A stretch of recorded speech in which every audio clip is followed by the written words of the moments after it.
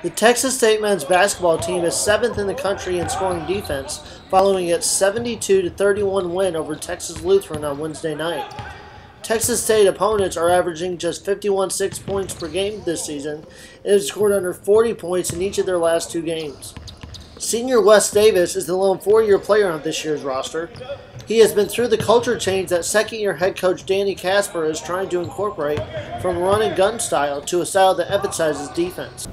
Before Coach Casper got here, we was more of a run-and-gun team. We really didn't focus on defense. But ever since he's gotten here, we make sure we get out of passing lanes and just make sure we get each other's back. You know, if somebody gets beat off the dribble, we have help.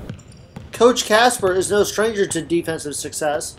He coached Stephen F. Austin to the best record in Texas from 2007 to 2013 and finished in the top 10 in scoring defense each of those years.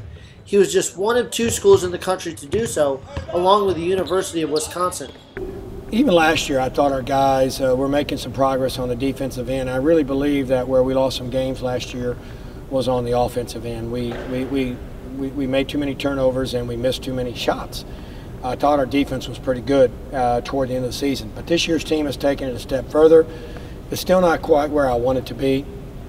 But I've seen an evolution, so to speak, of our defense to the point where I think the players are getting a better grasp on it. People are going to have to beat us with pretty good execution now versus I think when I first got here, the teams were scoring on us without having to execute as well as they are having to right now.